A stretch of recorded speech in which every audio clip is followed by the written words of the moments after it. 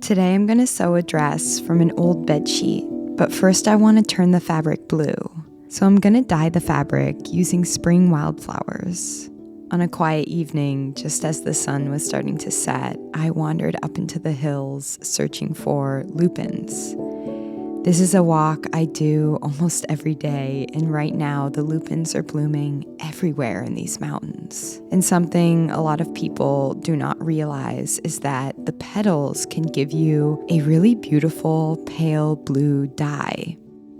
So I picked them until the sun set and my basket was full to the top. Spring is usually a time when I start to feel more energized again in my life, but lately I still feel like I've been moving pretty slow. I think this winter just took a lot out of me and I'm still kind of recovering from it. But honestly, slowing down has not been a bad thing. I feel like because I've been moving slower, I've actually been noticing more. I've been paying more attention to the little things I normally would have missed. So I think it's good to slow down because it's so easy to always be hurrying into the next thing and accidentally miss the life we're living right now. Spring is here for such a short time, and this year I've just been really trying to be more present. So now I'm just preparing my dye bath. I'm placing all of the flower petals into a big pot with water. I'm going to heat this up very gently on the stove.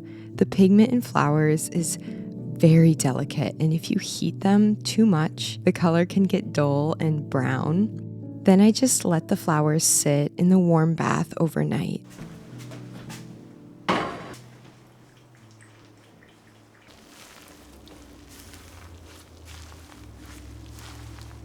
While the dye bath was steeping, I started prepping the fabric for the dress.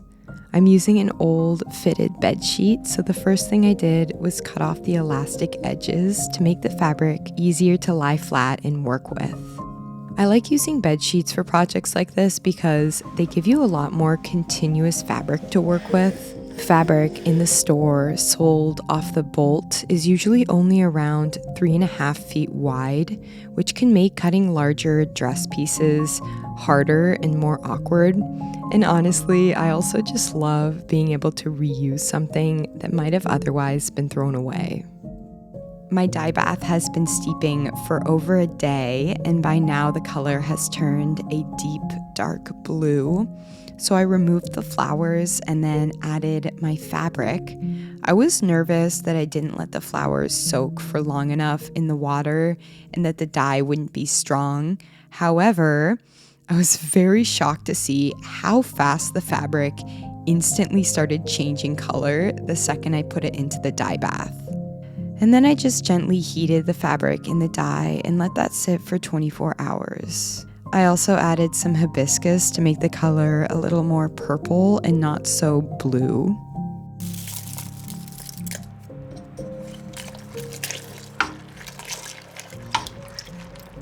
And the next day, I removed the fabric and hung it to dry. So I've learned a lot over the years with plant dyeing, and honestly, I think the most important thing is to pre-treat your fabric correctly before you dye with it. This is called mordanting the fabric, and it makes the fabric absorb the dye evenly. It also makes the dye permanent on the fabric, so even if you wash it, the dye will still be there. And I think it just helps it look more professional.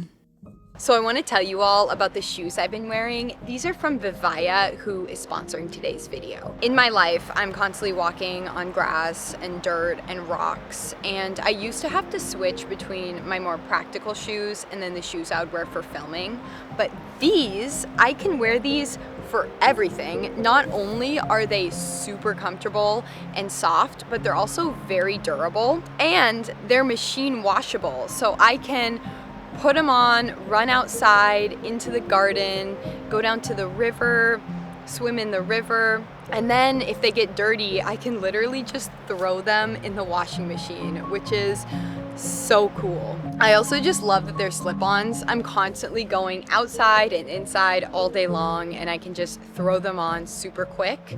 These are from their Healing Garden series, so just click the link in the description if you want to check them out. I honestly think these are like the perfect spring shoe.